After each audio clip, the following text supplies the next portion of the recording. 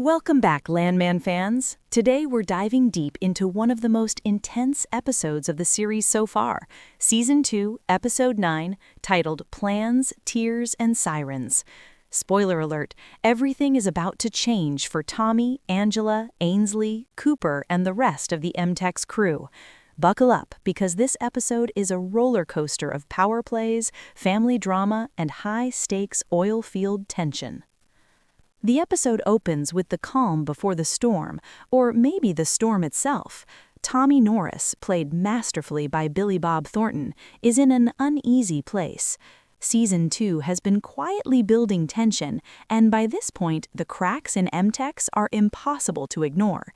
Tommy is still the company president, but Cami Miller, the widow of Monty and the new force at the helm of M-Tex, has fully embraced her own vision for the company, and it's a high-risk gamble that will shake everyone around her. Meanwhile, Tommy has also been helping his father, Thomas, recover from his depression. Remember Cheyenne, the exotic dancer Tommy hired to keep Thomas engaged with physical therapy?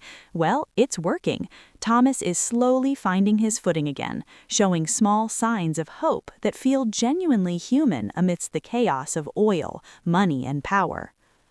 The practical option for M-Tex is simple: sue the insurance company and play it safe. But Cami has other plans. After hearing Charlie pitch a 10% chance of striking a massive gas reserve in the Gulf, she rejects caution in favor of high-stakes offshore drilling.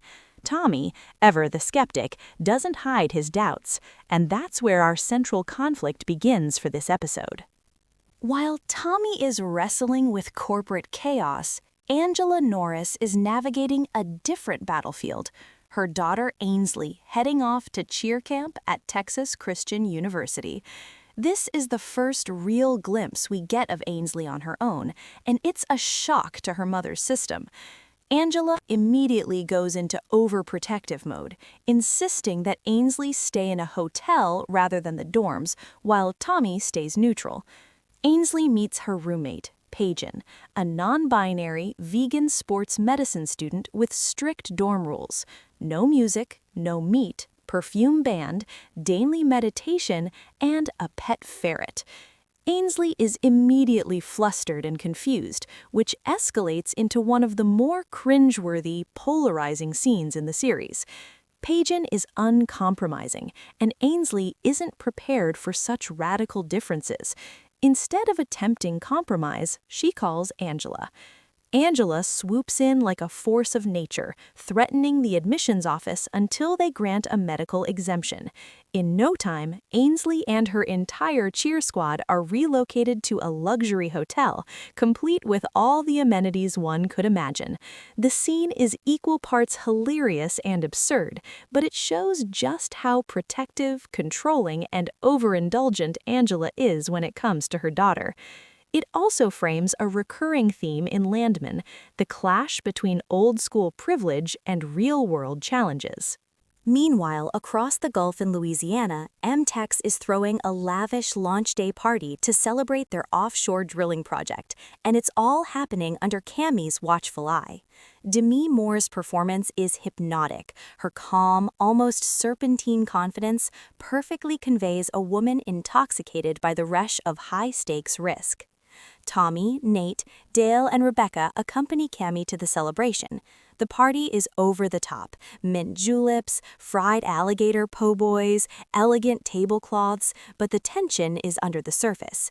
Tommy's skepticism about the rig, a project with only a 10% chance of success, places him in direct opposition to Cami's vision, and she knows it.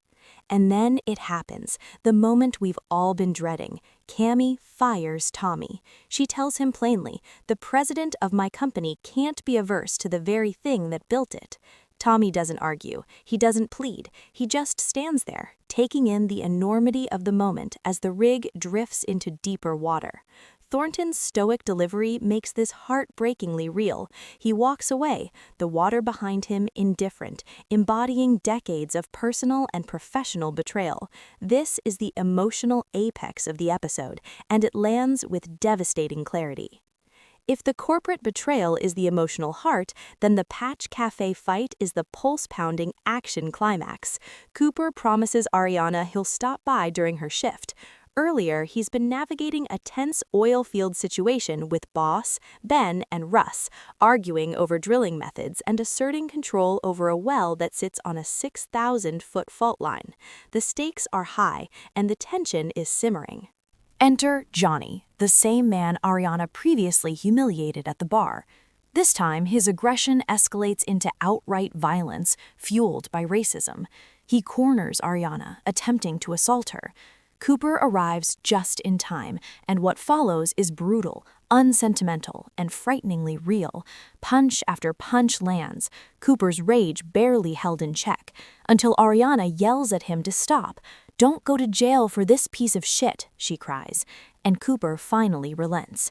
It's an intense, morally complex moment that underscores the show's willingness to confront consequences, even when they spring from love and protection. The fallout is enormous. If Johnny is connected or influential, Cooper could face prison, Ariana could lose her job, and with Tommy no longer at M-Tex, the usual safety net is gone. One decision, one moment of violence has the power to unravel multiple lives. It's a sharp, brutal reminder that in the world of Landman, every choice carries weight. Amid all the chaos, there are quieter, more human moments that remind us why we care about these characters. Tommy's father, Thomas, is slowly emerging from depression thanks to Cheyenne, who reveals her real name is Penny and that she saved $162,000 to chase her own independence. Their conversations are tender and understated, a stark contrast to the overblown drama elsewhere. Sam Elliott brings his usual gravitas, grounding these moments in a calm humanity that few other characters can provide. And then there's Charlie and Rebecca, reconciling after earlier tension. Despite Charlie's 6-month Gulf assignment, they manage to tease and flirt, and their chemistry provides a brief, lighter counterpoint to the spiraling stakes of the rest of the episode. Episode 9 is chaotic, messy, and at times uncomfortable, but it works because Sheridan layers multiple types of tension at once: corporate, familial, romantic, and physical danger. We see the personal costs of ambition in Tommy's firing. We see the consequences of overprotection in Angela's indulgence of Ainsley. And we see the moral and legal ramifications of acting on instinct in Cooper's violent defense of Ariana. Every character is pushed to the edge, and the choices they make set up a high-stakes season finale. It's messy, it's audacious, it's quintessential Landman. Beautiful, dangerous, morally complex, and utterly compelling. And while some scenes, like Ainsley versus Pagan, may feel heavy-handed or clumsy, the episode ultimately succeeds in raising the stakes for every character heading into the finale. So what do you think? Was Cami right to fire Tommy, or will he find a way back into the game? Did Cooper go too far defending Ariana, or was he justified? And what will happen to Ainsley now that Angela's helicopter parenting has gone full throttle? Drop your thoughts in the comments below. Let's break down every twist, every punch, and every betrayal. Don't forget to like, subscribe, and hit that notification bell for more Landman recaps and deep dives. Until next time, keep your boots dusty and your oil rigs running.